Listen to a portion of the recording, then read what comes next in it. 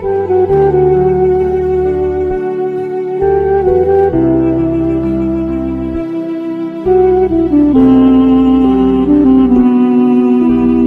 القلوب إلى الحبيب تميل ومعي بذلك شاهد ودليل.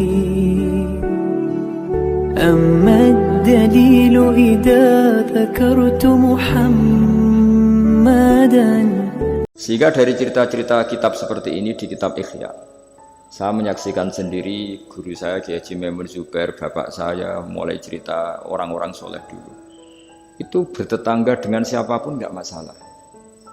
Karena ada orang yang sedang fasik, sedang preman, sedang itu dibahasakan sedang. Sedang itu nggak ada jaminan kalau berakhir dengan seperti itu. Jadi bagian dari kearifan kiai-kiai berbangsa dan bernegara karena tidak pernah menstigmasi bahwa orang lain itu lebih buruk ketimbang kita. Sehingga ya kita nyaman saja.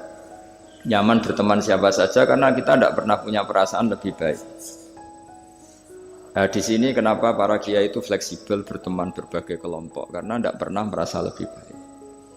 Atau dalam bahasa terkenalnya disebut tawaduk. Jadi ketika orang merasa lebih baik, maka akan ada keangkuhan. Keangkuhan ini melahirkan sentimen. Sentimen ini lama-lama menjadikan sosial yang nggak sehat, bisa chaos. Nah, dari pelajaran itu akhirnya kita cara bernegara, kita cara bersosialisasi itu ya nyaman-nyaman saja. Karena Allah Ta'ala itu membuat status sebenarnya itu di akhir. Disebut husnul khotimah atau su'ul khotimah. Jadi banyak di cerita orang-orang dulu, orang yang nyantri dari awal niat nyantri, nggak jadi wali. Sunan Kalijogo yang pertama kenal Sunan Bonang karena ingin garong, karena ingin begal. Dalam cerita-cerita yang legendaris itu justru jadi santrinya dan jadi wali. Jadi perkenalan yang awalnya tidak baik, berakhir dengan baik. Kadang-kadang perkenalan yang baik berakhir dengan kroni, dengan macam-macam yang tidak baik.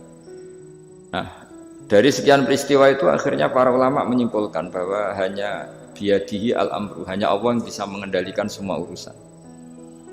Sampai-sampai Nabi misalnya kurang berkenan sama namanya Wahsy, karena Wahsy itu pembunuh Sayyid Hamzah, paman yang paling dicintai Rasulullah. Itu mangkelnya Nabi sebagai manusia itu yang mangkel betul. Tapi sama Allah justru Wahsy ini dikasih hidayat. Kemudian menjadi Islam dan Islamnya baik sekali. Dan dulu ada sahabat namanya Sa'labah, itu pecinta masjid, sering ibadah. Tapi karena mungkin saking overnya atau gimana, dia trauma jadi orang soleh, malah jadi orang nggak benar. Cerita-cerita seperti ini tuh memang nggak bisa digeneralisir, nggak bisa digeneralisir untuk curiga sama orang-orang soleh. Tapi saya pastikan cerita seperti ini tuh melahirkan kearifan bahwa manusia itu akan selalu dalam tanda petik ketakutan, dalam kekhawatiran bahwa mereka tidak bisa mengakhiri hidupnya dengan baik. Sehingga di sini melahirkan kearifan, dan dari kearifan itu kita bernegara itu akan baik, karena kita tidak mungkin menstigmasi kelompok lain itu sangat buruk atau sangat bahaya atau ancaman, karena kita sama-sama punya kearifan untuk berkawan, bersosialisasi.